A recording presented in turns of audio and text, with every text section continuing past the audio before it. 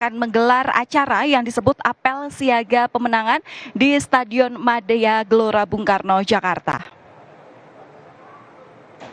Kader PKS di sini mengikuti apel siaga pemenangan di Stadion Madia Kompleks Gelora Bung Karno GBK, Jakarta Pusat pada hari Minggu pagi ini. Minggu ini merupakan acara puncak Rakernas PKS yang digelar sejak 24 Februari 2023, yakni deklarasi bakal calon presiden untuk pemilu 2024.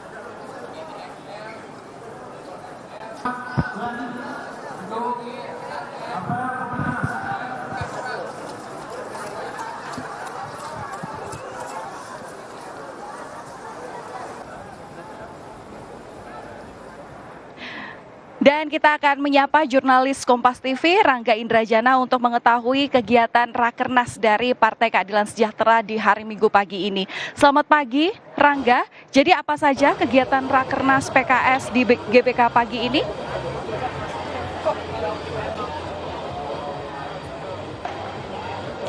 Baik ya, selamat pagi Valen dan saudara. Pada pagi hari ini ribuan anggota, ribuan kader PKS mengikuti agenda senam pagi. Seperti yang terlihat di belakang saya ini, ribuan kader sudah bersemangat mengikuti rangkaian acara apel siaga meskipun kondisinya cukup tidak memungkinkan dengan adanya hujan. Dan acara ini juga diikuti oleh petinggi-petinggi PKS seperti Presiden PKS Ahmad Syaiqo, Sekretaris Jenderal PKS Habib Abu Bakar Al-Habsyi, serta Ketua Majelis Syuro PKS Salim Segaf Al-Jufri. Tidak hanya itu, Valen dan saudara, hari ini acara ini juga akan rencananya dihadirkan oleh bakal calon presiden yang diusung oleh oleh PKS dan Nasdem, yakni Anies Baswedan, yang akan memberikan sambutan kepada kader PKS pada sekitar pukul setengah 9 waktu Indonesia Barat. Selain itu, Presiden PKS Ahmad Syaiqo akan memberikan sambutan bersama dengan amanat pemenangan oleh Ketua Majelis Syuro menuju pemilu presiden tahun 2024.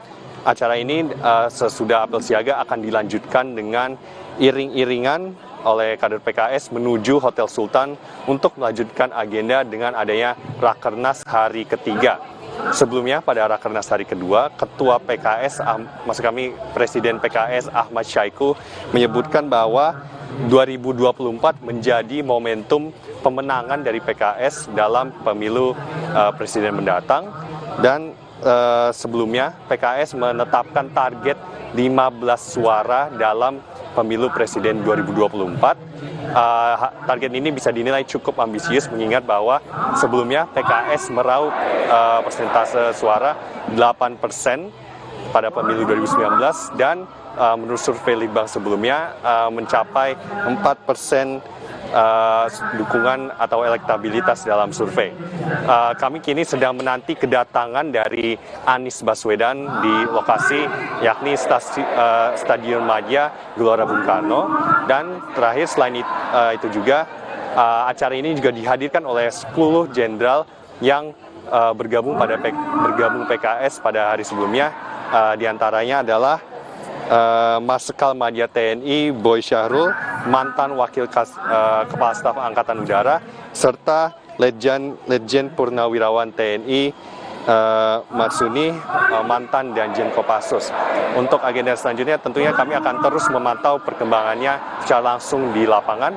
Valen.